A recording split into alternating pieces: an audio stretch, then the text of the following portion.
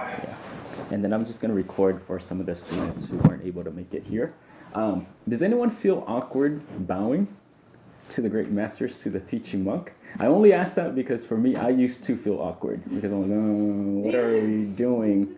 And simply until I understood the intention. And the intention is whether it's to a Buddha, whether it's to our teaching master, whether it's to the teaching monk in our culture, it's just a respect thing. Is someone is using their wisdom to teach. So with that, we just say thank you, but it's just a culture thing.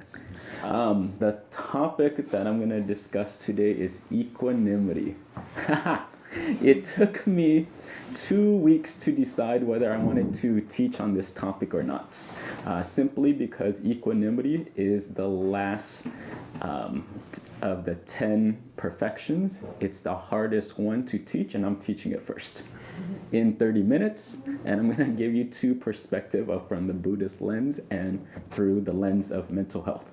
So this topic to me is so big, and I can't quite do it justice, but I felt like I can bring something to the table that can give you real practical tools that can shift your life. Luang Pi Barin talks about this all the time of we can come here week after week, we can learn, but if you don't apply this knowledge, it means nothing. So I'm going to take a stab at it and give you guys a tool that I think can really shift your perception. And this was, for me, a game changer. What is equanimity? Someone just make something up. Guess. Is to be with what is and to be constant with your emotion, not like a roller coaster. Yeah, be with what is, be constant. With the emotion. With the emotion. Right. Mm-hmm. That's okay. the life. What else? What is equanimity? Okay, you're getting there. Anyone else? Guess. Neutral. Neutral. Mm-hmm. Mm-hmm. Yes. Okay. We're getting there. We're getting there. And again, this is a big one. And for me, I think language limits it. Mm-hmm. So just understand that. And intellectually, it's not just to grasp, equanimity, and I use it. And no, it's bigger than that. And there's so much that goes into it. This is me in Chiang Mai. This is 2015. All the way on the right-hand side, just meditating in the evening, candlelight. I just wanted to show you guys that. For the people who are new here, prior to becoming a monk, I was working as a licensed therapist in California, working with foster youth for 8 years. I was also working at hospice, working with people who were in the process of passing away or needing that kind of care, and then also working at a high-end drug treatment center in Malibu. Today we're going to cover 4 states of the mind according to Buddhism. We're going to talk about what is equanimity, how do you cultivate it, and then again using mental health lens to language it in a different way that you can understand in Buddhism, but also in mental health, but as many perspectives as we can come at it, the more you can start to really get a sense of it. And then give you examples of the clients that I work with, and then open up the floor for discussion, questions, and answers. Yeah. For the mind, we want to achieve kind of 4 things.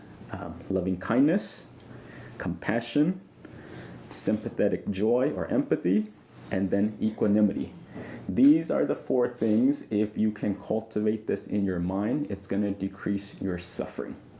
These things build on top of one another, with equanimity being the last one, and it's also the most difficult. When you guys come here, we always teach you like, okay, let's start with giving. It's practical. It's easy. Give to the monk. You receive that. You can understand that concept easily.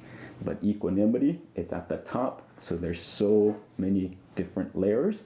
But just understand, for now, there's 4 states of the mind. If you can cultivate these 4 things, it's going to purify it and you're going to suffer less.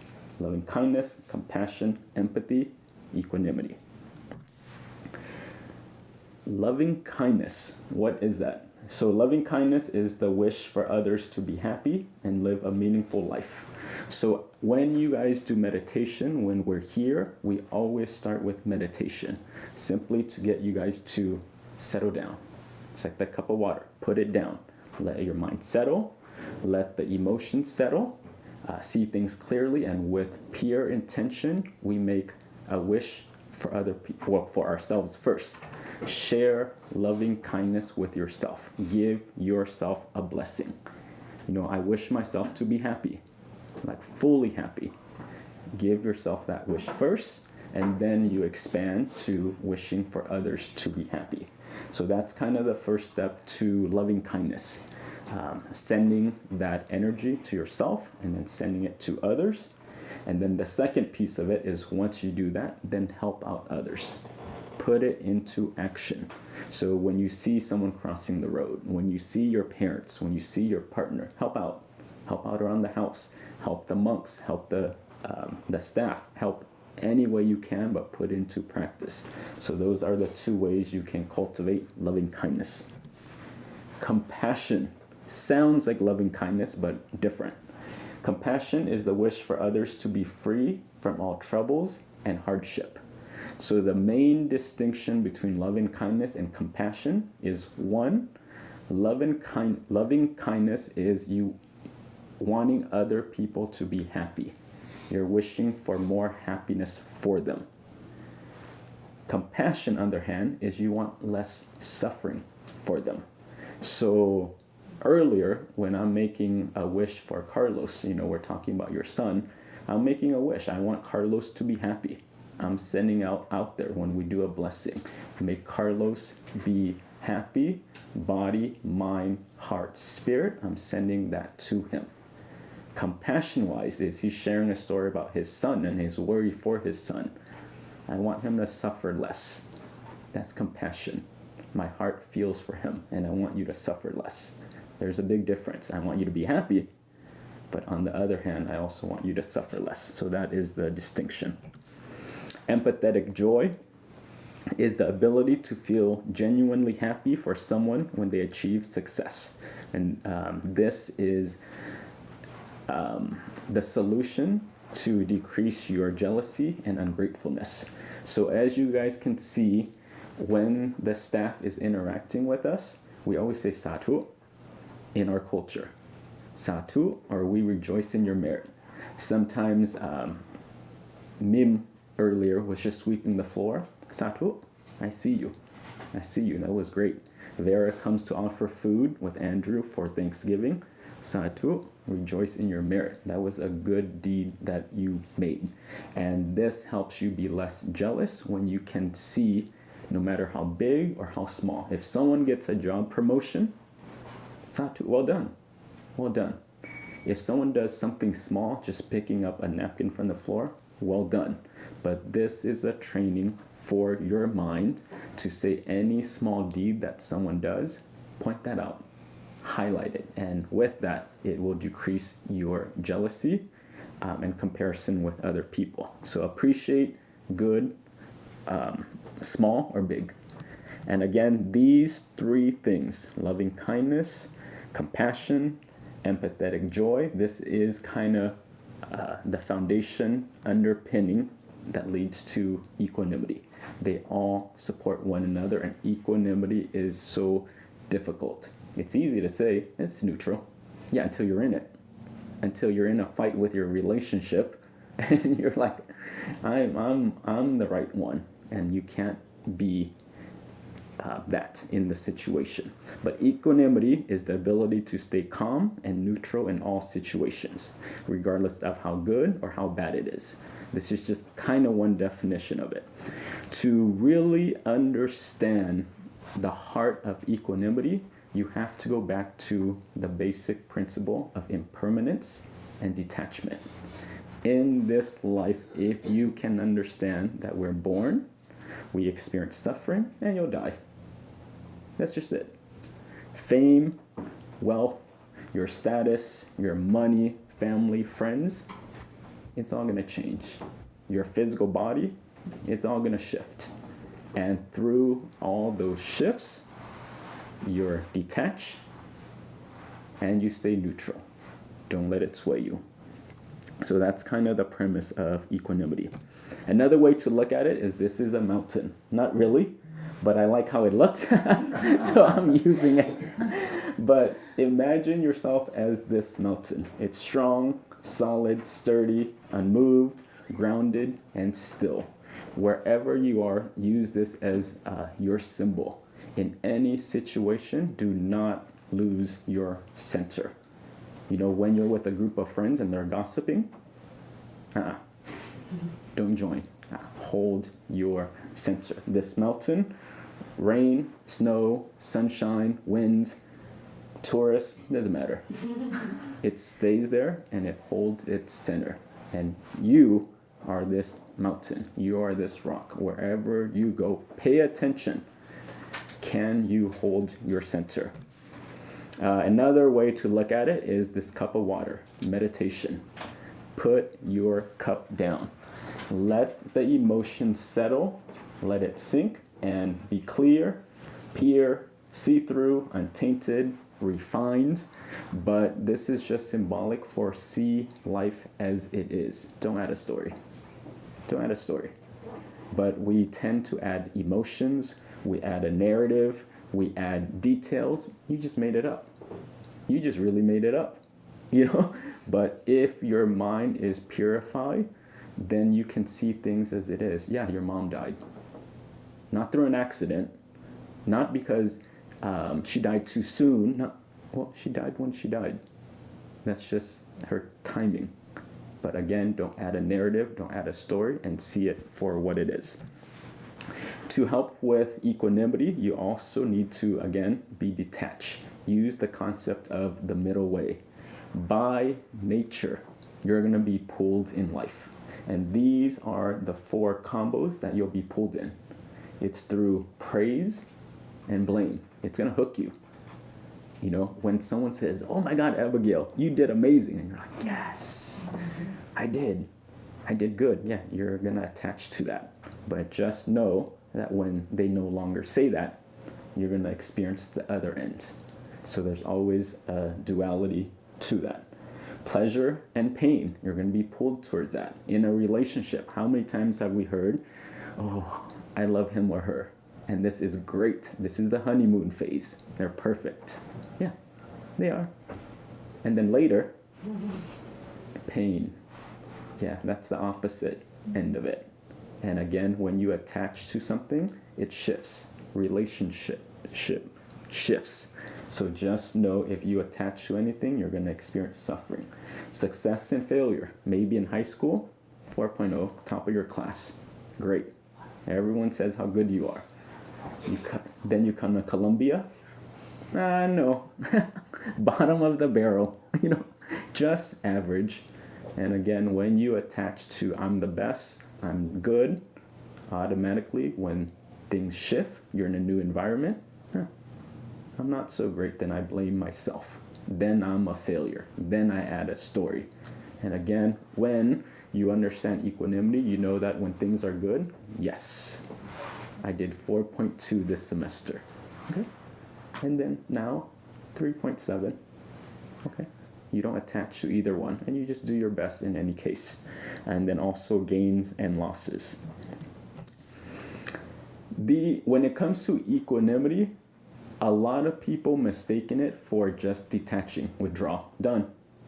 I'm not going to engage in anything. But no, real equanimity is you're neutral, you're withdrawn. You don't detach. However, you can still have loving kindness. You can still have empathy. You can still have compassion. It does not mean just take yourself out and I don't care about anyone. That's different. But have all those 4 things. How do you cultivate it? Again, mindfulness of the body. This is what we're doing. Know the sensations that you're experiencing. Know your 5 senses. What draws your eyes? What about sounds? What about smells? What about taste when you're eating? What draws you? You'll always be pulled. So pay attention and just observe yourself through these 5 senses. That's for the body. For feelings, Understand how emotional you are, where you get jealous, where you get greedy, where you're vengeful and you have hate, where you are manipulative. All these things, again, not good, not bad, but just observe in yourself. Feelings, where do they come up? When do they come up? How you're attached to it, but just observe them. Mindfulness of the mind. Pay attention to your cognitions. What are your thoughts? What are your thought patterns? Notice how you make up a story. When someone doesn't do something that is pleasant to me, then they're out to get me. Oh, you just made that up. You really just made that up. Or they said this thing and it means that thing. You just made it up. Pay attention to how your mind works. So again, body, feeling, mind, and also mindfulness of Dhamma. Be mindful of the teachings. When you're learning it like this, the more you can learn, it will help you with equanimity to practice that. Because again, you're seeing life as it is. You will be born, you will suffer, and you will die. Everything is impermanent. Go back to the basics. So hopefully this gives you an overview of Buddhist concepts, what is equanimity and how do you cultivate it. And that's why with Buddhism, it's a lot of meditation. Sit down. When you're sitting down like that, we just did it with Lumpy Cassidy, and right there, you're able to observe your body. What are these sensations? Okay, I can't feel my feet. Again, I cannot feel my feet. Feelings, I'm just annoyed. Or I'm distracted, I'm restless, I'm irritable. Pay attention. The mind too, okay? I'm thinking about something outside. But meditation is the Buddhist way to looking at this and cultivating it, because you can't just talk about it. But for Buddhism, you have to actually put into practice and experience it. Now I'm going to give you a different lens on it, because this is where I come from. This is from the West psychology. I work with so many clients. A lot of people are suffering, and working with them, a lot of themes started to emerge. And I'm like, why are people suffering? And it came down to this big one. It's because their mind has not matured yet. Their perception is limited, and they can only see reality one way. This one way that we're able to see reality is dualistic. What that means is everything is up, down. It's always opposite. Good, bad. Left, right. In, out. We don't know anything else. So when I'm right, automatically, you have to be wrong. If I'm good, I did so much for this relationship. What does that mean? That means you didn't do enough. So you're bad. So everything, the way we look at the world, the lens we look, comes from that limited perspective. Again, up, down. Let me go back. Praise and blame. It's always one or the other. Pleasure or pain. Success or failure. Like, we don't know anything else. So it's, if I'm not successful, you attach to that belief system, then ding, ding, ding. Yeah. When it's not going well, then you're a failure, because you just made that up. Because you live in, you have a perception that is limited to that, one or the other. Black and white. So the way to answer this is to shift your perception. Be able to hold two different realities at the same time. I was just sharing this with Vera, and this is kind of the key that will help you. You're probably thinking, what is he talking about? What do you mean live in two different realities? I'm going to show you. So really take this opportunity to imagine this. This is you. Ladies, this is you. Fellas, you're the groom. You're waiting for your bride to come. Ladies, on this day, perfect. You secured the perfect venue. Your hair is perfect. You got the best photographer. All your guests flew in from around the world to come support this big day. Your lipstick, your everything is just so perfect. Your dress that you've always dreamed of as a little girl, yeah, it's here. Then, after spending hours, spending days of getting ready, it's time for the big day. You walk down the aisle, you see your groom all the way up front, and then, as you're walking, rain. Pouring rain comes down, and every single person is drenched. Your dress, done. Your makeup, your hair, that's all gone. So, when you ask that person, what does that come up for you? Of course, you're going to be like, my day is ruined. My day is ruined. My dress is ruined. I'm cold. My makeup is running. My hair is wet. And this sucks. My guests are cold. This is horrible. We can't take good pictures. So for you, it's very personal. It impacted you. But go to a different reality of it also has nothing to do with you. Mother Nature reigns. It did not target Hannah because it said, okay, it's her wedding day. I'm coming after you. But anyone can be out there on that day. And when it's time to reign, Mother Nature reigns. It does not care who it is. So it's very personal that it impacted you. But on the other hand, it had nothing to do with you. And both realities can be true at the same time. And people don't know how to hold that perception. So again, anytime an issue comes up, make sure you understand, how is it personal? How does this affect me? And then 2, how is it impersonal? Because it had nothing to do with you. And both can be true. Again, personal versus impersonal, and you can apply it to any situation. I'm going to use some examples of the clients that I work with. These are fake names, ages.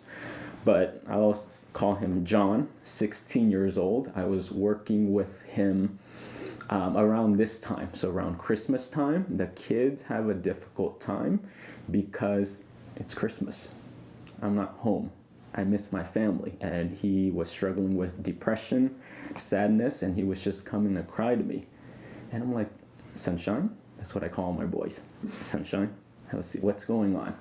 And for him, he's like, you know what? This is such a difficult time because I miss my mom. Like my brothers, I don't even know where they are. I just want to see them. I just want to go home. Okay, cool. Again, explain more to me. How's it personal? He's like, it sucks because I'm just in the foster care system with staff. Like this is not normal. I just want to be with my family. Okay, cool.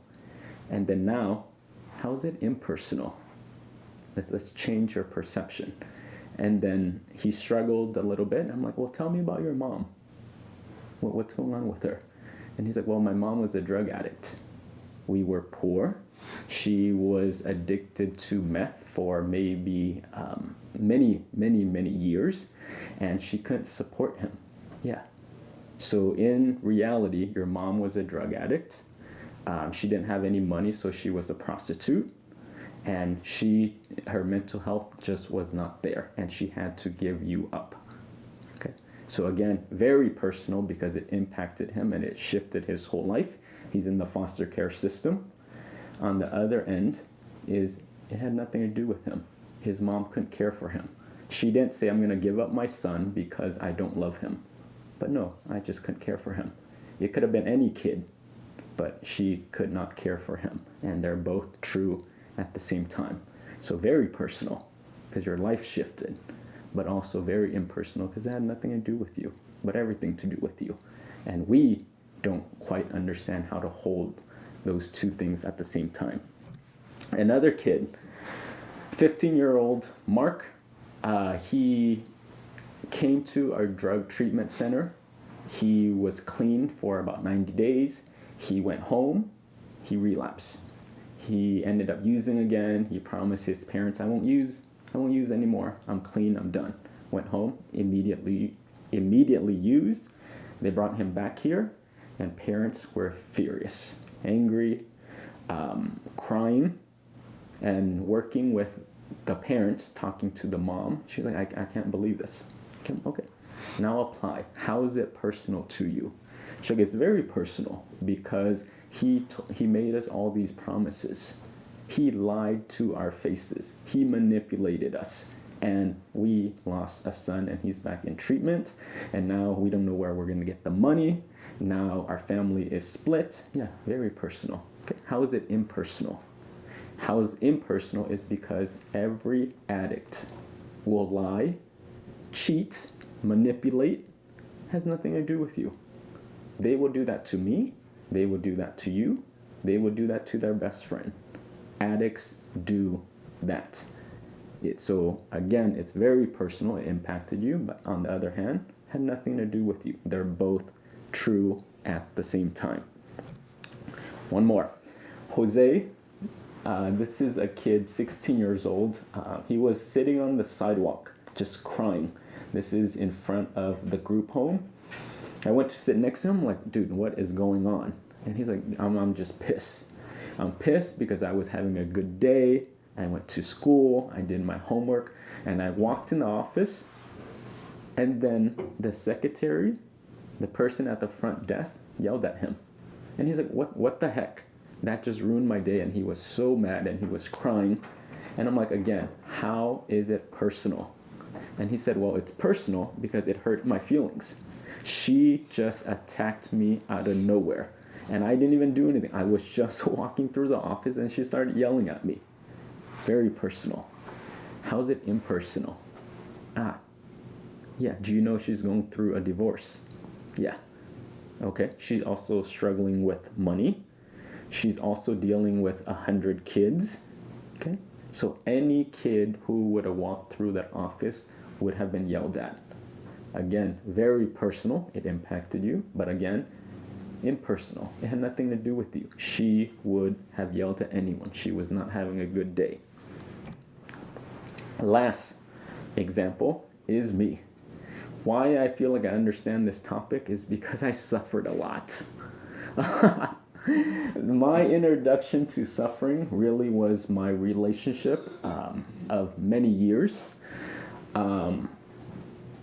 My ex-girlfriend left me and it destroyed me. 8 years it took me to recover from this fully. Within the 8 years, I was trying to make sense in my mind of how can she hurt me? You made promises to me. We were intimate. We shared these kind of things with each other. And how come you can do that to me? And with a limited perception, traveling around the world, trying to learn these different truths, trying to heal, I couldn't figure it out until I understood this and I matured my perception. But really was, okay, how is this personal? My life shifted. I lost everything. I lost my identity. I didn't know who I was. Everywhere I went, people would ask me, where's she? I don't know. I really don't know. What happened? I don't know. We're not together. And I was just so sad. And then now, years after, I can look back and I'm like, how is it impersonal? Is because this was just a young girl who wanted a family at that time. Her whole dream was to be a mother. She wanted kids. She didn't care about the career.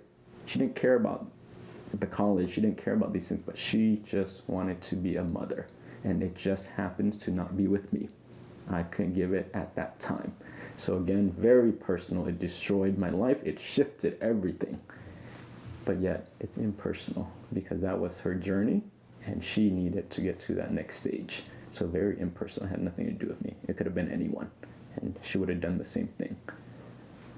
And that can be true at the same time. Some people say like, well, the world revolves around me. Well, it kind of does.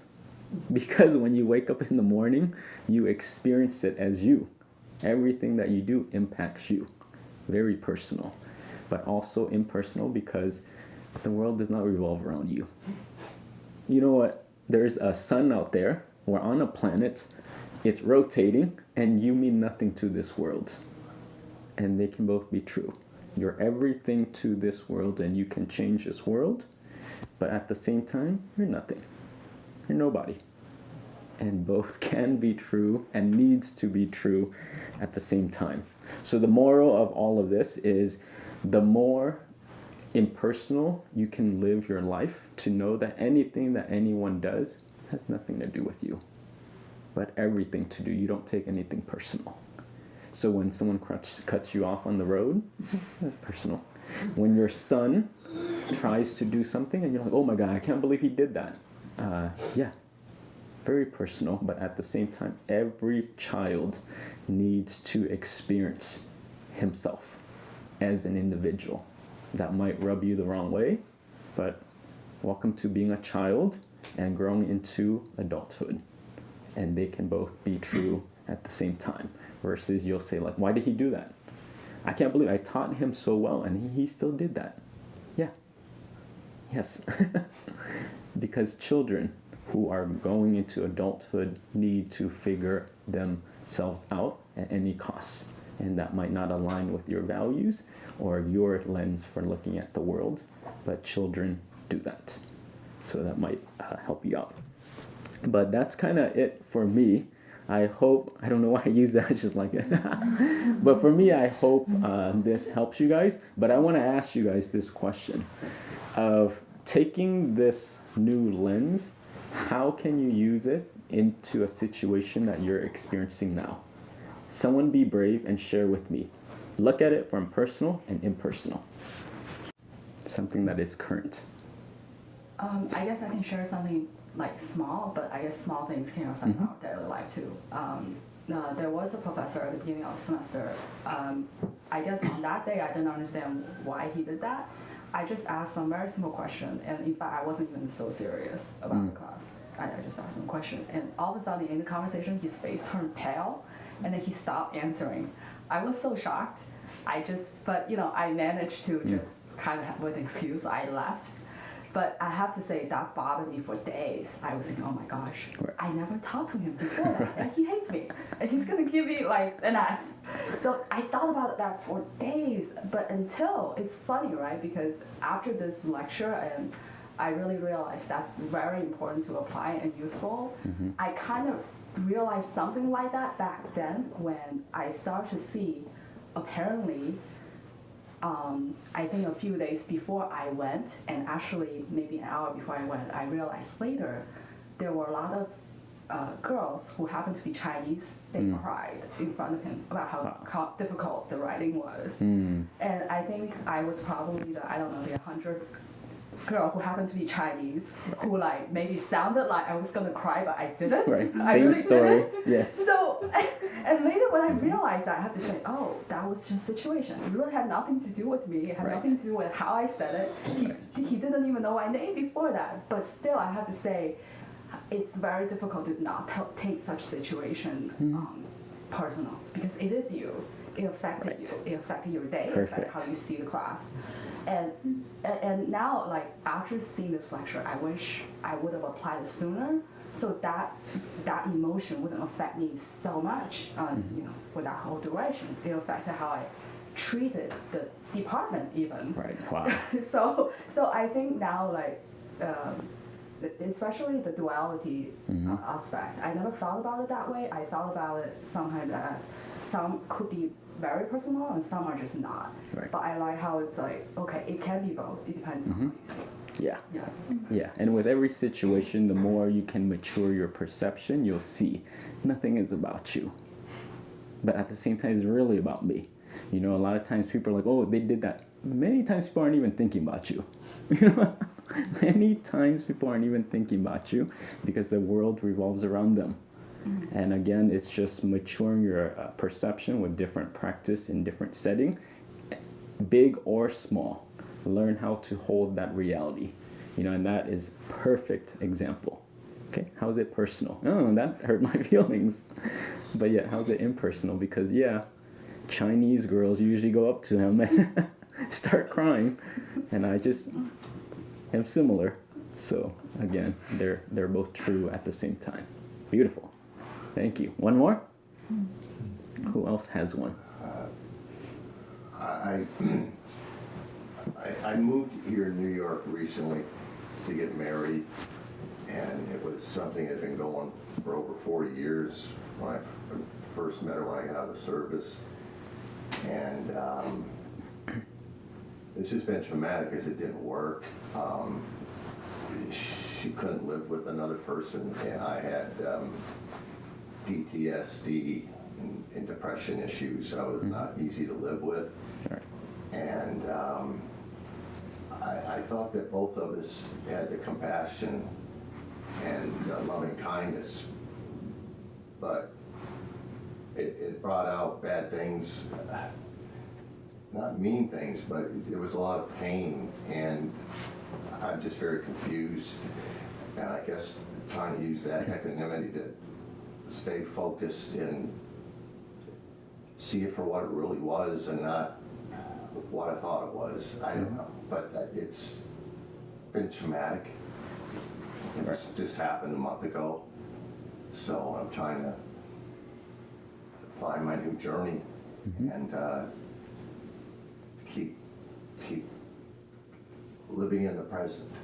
Right. And Yeah, thank you for sharing that. And sorry to hear that. It really is, when you're in it sometimes, it's just so close and so direct, you can't see it. yeah, You know, you can't step back and take the 30,000 feet lens to look at it. And again, it's just a continual practice, because these big events will keep coming, but we need to practice it in the daily life. And it's just, we haven't practiced it yet. Yeah. No one has ever taught us, hi, there's two lenses that you can look at the world at the same time. We never heard that. And going back to Jessica's example of when she was able to see the situation with her professor clearly, it's not just neutral. It's not just I can hold two realities at the same time, but real equanimity is then I can also share loving kindness to him. How difficult it must be for a teacher to have 100 Chinese girl coming up to him every time I don't know what to do. How can you also apply compassion? Maybe have suffering for yourself, less suffering for yourself and for him. Sympathetic joy and empathy. These are part of it, and that's why I said this topic is so big, and it takes maturity in perception. Another way I can explain it is kind of like the kid who goes to Disneyland and he's just excited and he's just happy. Versus equanimity is the father who has been taking care of this 7-year-old, who has just been working day in and day out, taking care the best he can. And one day when he's with his kid at Disneyland, just a little smirk. I did the best I could. I loved him the best I could. It's not this big joy, it's not this, but it's just, I played my role. I did my part, and I'm proud.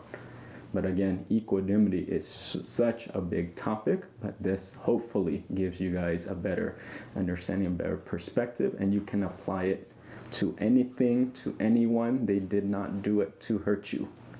And even if they were intentional to hurt you, it still was not personal, because there's always even more underlining. So they can both be true at the same time, with love and compassion, with loving kindness, with empathy. That supports this lens. Not just detach, it didn't happen. But yes, yeah. Yes, I think also you have to take ownership, because sometimes things happen and it's not only the other person. You have put in your share of the confusion, Perfect. of the Yes. aggression or misperception, delusion into it. So you have to sort of look inside and say, what is my responsibility Perfect. in this friction? Perfect. And that's where the loving kindness for yourself comes in too. Yes. And when clients come to see me, they'll always complain of how people hurt you. I'm like, do you know there's someone in the next room complaining about how you destroyed, but you don't want to look at that.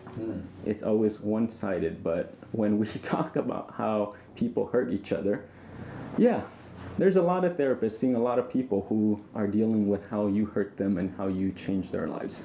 Let's put the glass down and let's see it for what it is. you did the best you can at that moment. I have a question.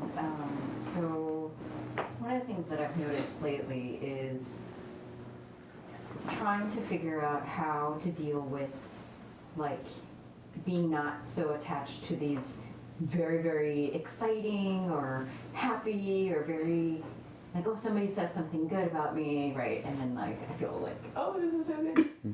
And then, or doing something, like finding myself very happy, but how do I, because I find that is very strong. Yes. Yeah, and then I've noticed, for example, like, that excitement is also not, like, I get very, maybe there's like this huge adrenaline rush, and then I find myself a little agitated because I'm so, and so it's like, okay, how, I find it probably easier for me to manage, like, the flip side of that, versus, like, these intense, Yes. positive, happy moments. Good. You're already doing it. First step is just observing. Notice yourself where you get attached to things. One of the things we used to do at our old workplace was we have this box that we put in for the employees. It's the good you see in others. People would always, like, write letters about me. My clients would write how I changed their lives. These affirmations, I read it. And then I'm like, yeah, nice. This really feels good. And then I walk to the shredder and I put it in the shredder. Because what really shifted for me was when things were great, it was amazing. I'm making a difference in these boys' lives, changing them with therapy. And then the next year, once they leave the foster care system, and then some of the kids would get involved with drugs or burglary, and they got locked up. And then automatically, I attached to that as well. When I understood wisdom, then I understood I don't want that. So now, knowing that, when good things happen, I rejoice in it. I feel good in that moment, and then I let it go. Also, the practice of a meditation. That's what it's doing. Yeah, you had a good meditation. Remember, Abigail, first time? You're like, I feel great, and I saw that light, and this happened. And then the next few, you're like, what happened? Yeah, because again, automatically, you will be attached to the other side. So with wisdom, you can start to observe yourself where you do that in all the little things. Okay, I just did it. Relax.